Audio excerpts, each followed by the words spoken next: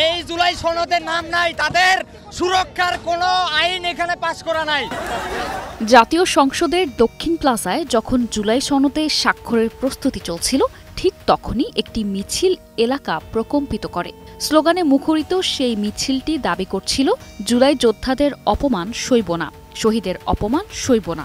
আইনশৃঙ্খলা বাহিনী বাধা দিতে গেলে শুরু হয় সংঘর্ষ, ভাঙচুর ও অগ্নিসংযোগ। এ ঘটনায় বিএনপির স্থায়ী কমিটির সদস্য সালাউদ্দিন আহমেদ মন্তব্য করেন, জুলাই যোদ্ধার ছদ্মবেশে পতিত ফ্যাসিস্টরা সনদ অনুষ্ঠানে ভাঙচুর করেছে। এখানে কোনো জুলাই যোদ্ধা সঠিক কোনো জুলাই অভ্যুত্থানের সাথে জড়িত আমার মনে হয় কোনো সংগঠন অথবা কোনো ব্যক্তি জড়িত থাকতে পারে না। তবে এনসিপি নেতা নাহিদ ইসলাম তার বক্তব্যকে অস্বীকার করে বলেন, সালাউদ্দিন সাহেবের বক্তব্যে জুলাই যোদ্ধাদের অপমানিত করা হয়েছে। তার উচিত শহীদ পরিবারের কাছে ক্ষমা চাওয়া। সালাউদ্দিন সাহেব উনি গতকালকের ঘটনায় জুলাই যোদ্ধা যারা গতকালকে আহত হয়েছে তাদেরকে ফ্যাসিস্ট আওয়ামী লীগের অনুসারী হিসেবে তাদেরকে আখ্যা দিয়েছেন। আমরা তীব্র নিন্দা এবং প্রতিবাদ জানাচ্ছি।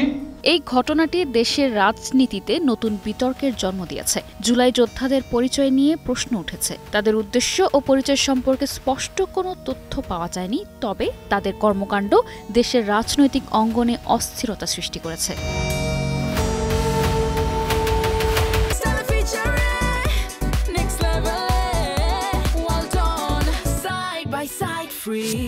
তবে বিএনপি নেতা সালাউদ্দিন আহমেদের বক্তব্যের ভিত্তির পেছনে রয়েছে অতীতের কিছু ঘটনা।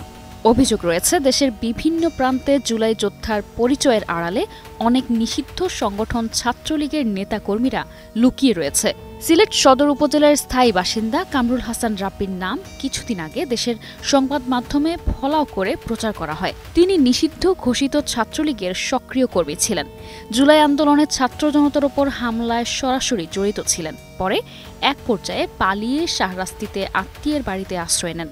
৫ অগাস্ট শেখ হাসিনা পালিয়ে ভারতে চলে যাওয়ার পর সন্ধ্যার আগে আত্মীয় স্বজনদের সঙ্গে শাহরাস্তি পৌর মেয়র আব্দুল লতিফের বাসায় হামলা, ভাঙচুর ও লুটপাটে গিয়ে আহত হন তিনি। ওই আহতের সূত্র ধরে তিনি জুলাই যোদ্ধা হিসেবে গ্যাজেটভুক্ত হয়েছেন।